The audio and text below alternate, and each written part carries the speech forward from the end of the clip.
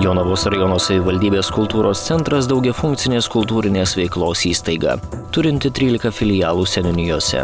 Įvairios šventės, edukacinės programos, plenerai, festivaliai, forumai, parodos, kino filmų seansai, koncertai ir kiti renginiai.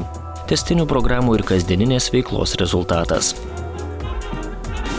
Kasmet Jonavos kultūros centre ir filialuose surengiama daugiau nei 600 renginių. Juose apsilanko apie 300 000 žiūrovų.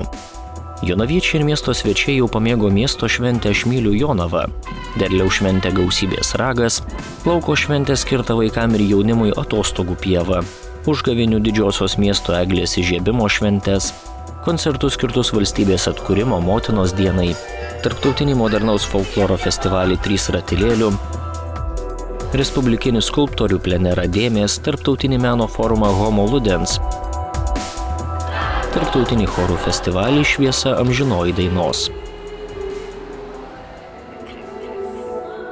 Didžiausia ir brandžiausia miesto šventė Joninės Jonavoje. Birželio 23-ąją Jonava tampa tikra jaunų ir janinų sostinė.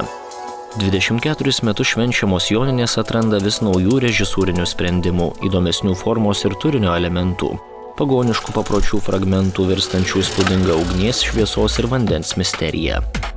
Unikalia vienadienė Jonų Respublika Jonava paskelbta nuo 2005 metų. Per šventę registruojami Jonai, Janinos, Džonai, Ivanai, Janiai, pageidaujantys tapti Jonų Respublikos piliečiais. 2008 metais šventėje registruotas 1000-asis Jonų Respublikos pilietis. Su rajono mėgėjų meninė veikla sietina ir Lietuvos dainų švenčių tradicija bei kiti reikšmingi kultūros įvykiai. Su mėgėjų kolektyvais dirba profesionalai, kurių kūryba formuoja vietos bendruomenės dvasinės vertybės.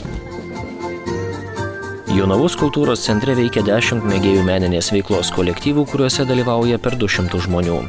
Kolektyvai vykdo kultūrinių mainų programą In saulelė aplink žemę, kurios tikslas – pristatyti ir populiarinti Jonavos vardą užsienio šalių festivaliuose. Jonavos vardą garsina rajone kuriantys liaudies meistrai.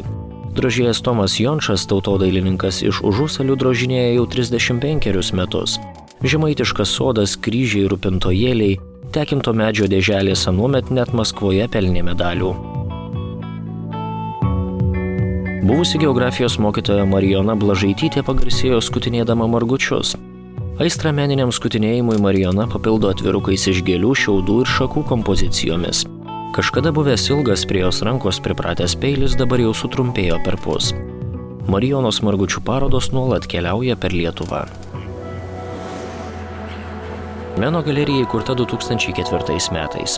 Kasmet joje suorganizuojama apie 15 grupinių ar personalinių parodų. Vyksta edukacinės programos, organizuojami akademinio piešimo, kompozicijos, tapybos technikų kursai jaunimui. Galerijoje vyksta kameriniai džiazo muzikos koncertai. Jonavos kultūros centras visiems gyventojams prieinamas kultūros židinys, kuriame galima ne tik tenkinti savo kultūrinius poreikius, bet ir puoselėti tautinę savimonę, ugdyti saviraišką, kūrybinius sugebėjimus.